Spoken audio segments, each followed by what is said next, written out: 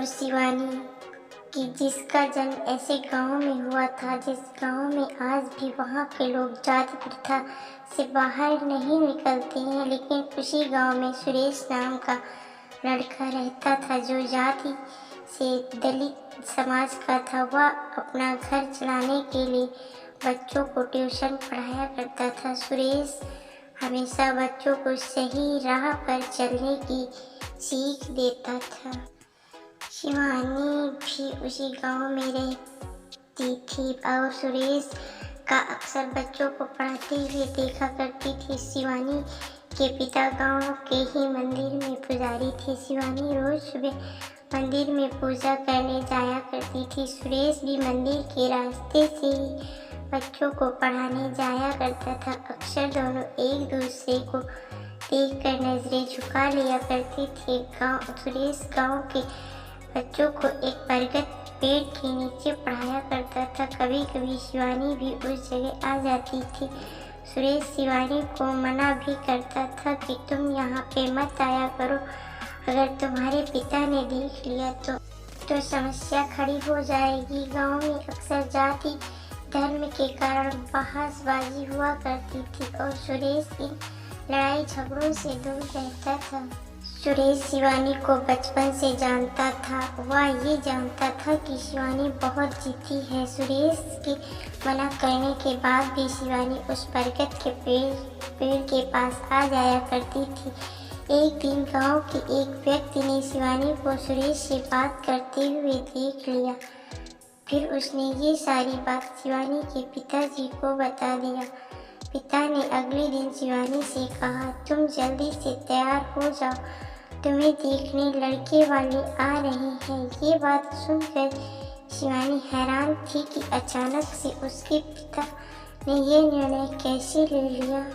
अगले दिन शिवानी उसी बरगद पेड़ के पास जाती है जहाँ सुरेश बच्चों को पढ़ा रहा होता है। शिवानी ने सुरेश से कहा, पापा ने मेरे लिए लड़का देखा है, मेरी शादी होने वाली है। ये बात है सुरेश, क्योंकि इस गांव में पापा है और तुम। शिवानी इतना कहकर शिवानी वहां से चली जाती है। सुरेश अब समझ चुका था कि शिवानी उसे पसंद करती है। सुरेश के दिल में भी शिवानी के लिए प्यार था, लेकिन उसने कभी भी अपने दिल की बात शिवानी को नहीं बताया।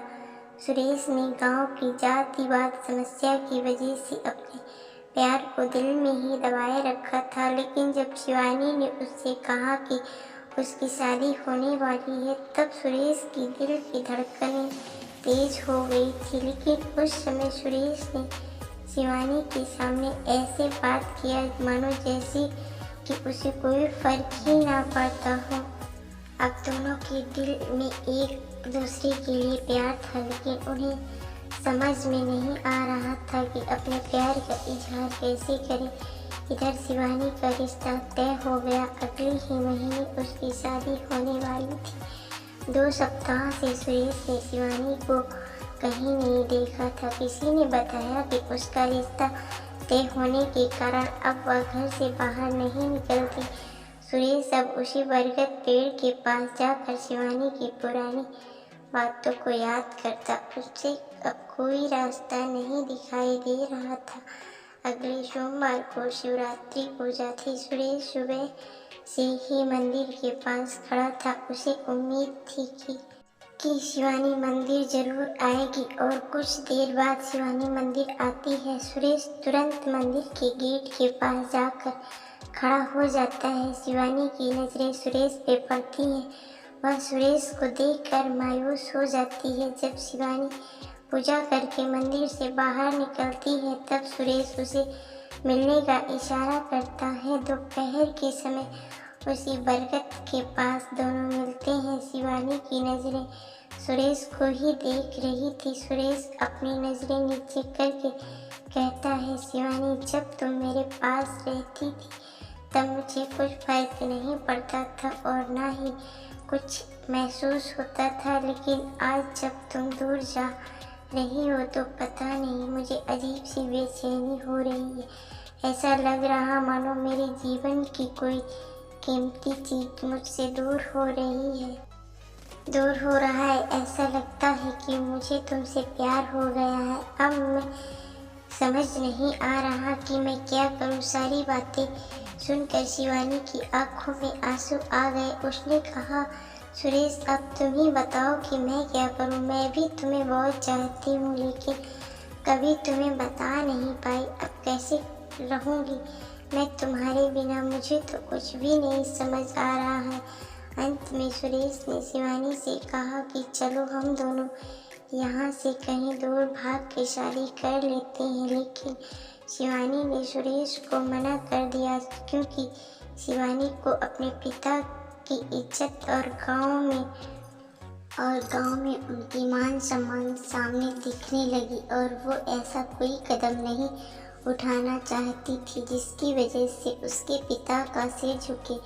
शिवानी ने सुरेश से कहा कि अगर मैं इस गांव से भागती हूँ तो मेरे पिता का क्या होगा, वह तो किसी से नज़र नहीं मिला पाएंगी, इसलिए मैं भागकर शादी नहीं कर सकती। कुछ समय तक सुरेश ने भी सोचा और उसे भी शिवानी की बातें सही लगी। तो अब आखिर में दोनों के पास बिछड़ने के अलावा और कोई दूसरा रास्ता नहीं था। दोनों ने जी भर कर एक दूसरे को देखा और अंत में दोनों एक दूसरे को गले लगाए और हमेशा के लिए दूसरे से जुदा हो गए। दोस्तों, ये कहानी दर्द भरी कैसी लगी? अगर आपको ये लव स्टोरी अच्छी लगी हो तो अपने दोस्तों के साथ शेयर ज़रूर करें और हमारे चैनल को लाइक एंड सब्सक्राइब ज़रूर से करिएगा।